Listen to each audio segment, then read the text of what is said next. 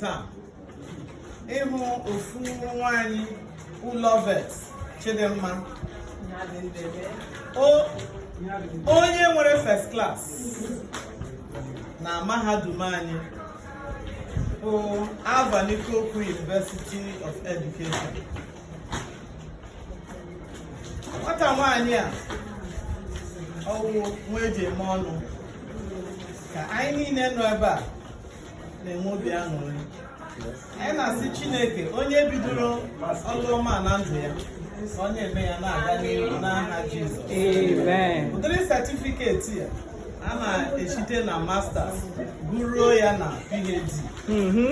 Ekpere anyị bụkwa na nwa ga-aga n'ihu nwee masters nwee PhD ya n'ogo mahadum ọzọ.